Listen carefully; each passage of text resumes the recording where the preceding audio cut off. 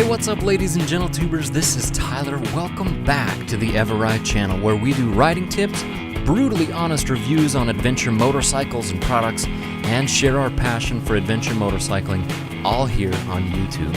As adventure riders, we've got some big problems, not counting the psychological ones. One of the biggest issues is wind. Wind noise in the helmet, wind blowing the bike around at speed, wind resistance against your chest, your head, and those fancy adventure helmet peaks. To fight wind, we get windscreens, but those have problems too. Go too big on a windscreen, and you've got a sail on the highway and a guillotine in the dirt. Go too small, and wind fatigue can make longer rides at highway speeds utterly miserable.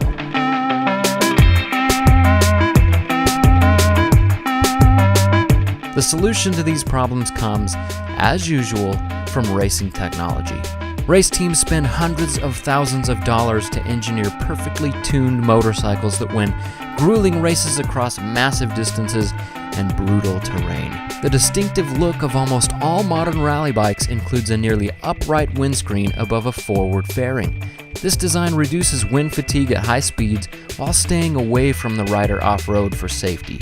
It also provides a great place to put gadgets, maps, road books, nav kits, race computers, and basic storage, all within the rider's line of sight. A few years ago, a fellow KLRista, Lonny Snowden, made a prototype bracket to raise the windscreen of his KLR 650 to a more aggressive angle. The results not only made the bike look fantastic, but he claimed it also achieved the results that rally teams have known for years. The rally fairing with its aggressive angle and forward screen works.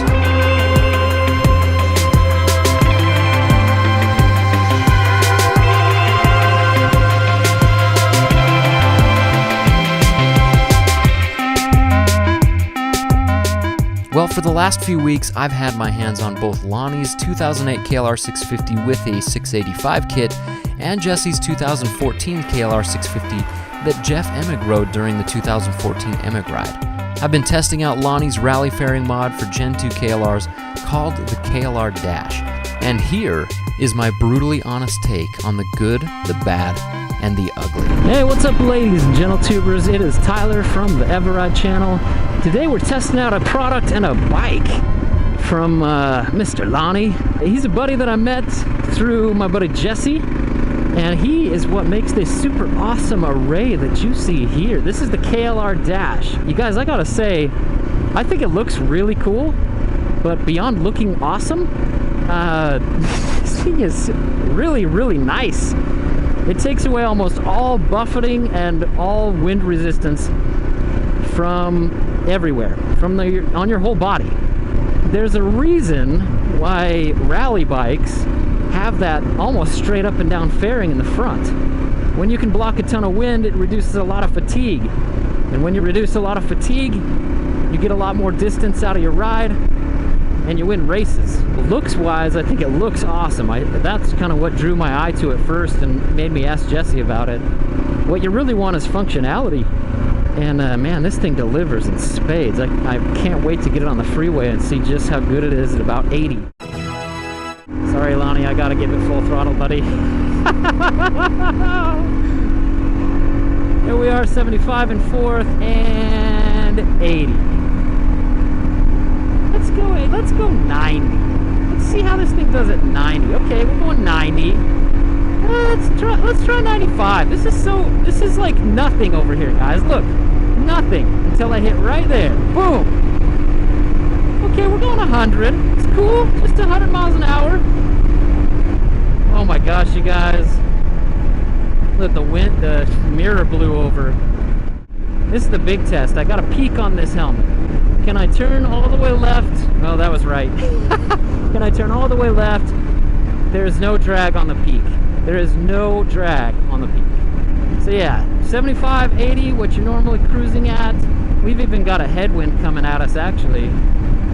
This thing is outstanding. It's not like some giant thing, you know. My eyes are still seeing way over this. You know, to put the camera at eye level, it's probably right there. And so you can still see everything. All right, here we go. So after riding around in the dirt for a few days, I decided to put the KLRDash to the ultimate safety test by leaning forward through some pretty gnarly whoops, knowing full well that other windscreens would have come back and hit me in the chest or the neck. My camera is forward and low on my helmet, and the dash never even came close.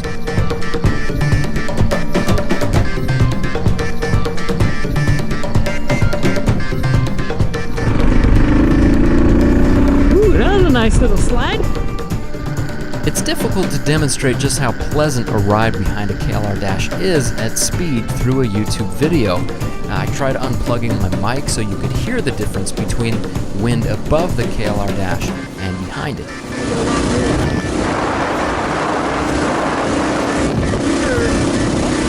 So while that test was pretty good, I did decide to take it up and down the street a few times at 60 miles an hour with a shop rag hanging out of my mouth. And since that may not give you an idea of where the wind is moving, later, since I don't own a wind tunnel, I made Lonny put this dainty little ribbon around his wrist to show exactly what the air was doing behind the dash. Check out the chest of his jacket at 80 miles per hour. It's actually being pulled slightly forward. But wind protection isn't where the goodness ends. You can customize your dash to hold phones, GPS units, or other gadgets up within the line of sight, just like the rally racers. And a lower dash with accessory ports lets you easily power them all. So the KLRDash works, and it works better than any screen I've ever tried. But it does have its downsides. Unlike a lot of products I show on this channel, the KLRDash is not cheap. The price isn't unrealistic, and it's priced closely with other windscreens. However, not everything that I recommend can be dirt cheap. Sometimes the old adage is true, you get what you pay for. And after riding a Gen 2 KLR 650 5,000 miles along the West Coast Adventure Tour at about 60 to 80 miles per hour with decent but imperfect wind protection, and after installing a very pricey windscreen on my Gen 1 KLR, I can honestly say that if I had a Gen 2 KLR, I would buy this in a heartbeat. The next con is that smaller windscreens like the stock and even the zero gravity double bubble don't make a tremendous difference when paired with the KLRDash. It's still far better than stock, but to get the most out of the KLRDash, a slightly higher windshield from 3.5 to 4 inches higher than stock is far better, and it costs the same. And the final issue is that just like most Farkles and mods, you will have to install it. And depending on the dash accessories you want to mount to it, you may have to drill a few holes of your own.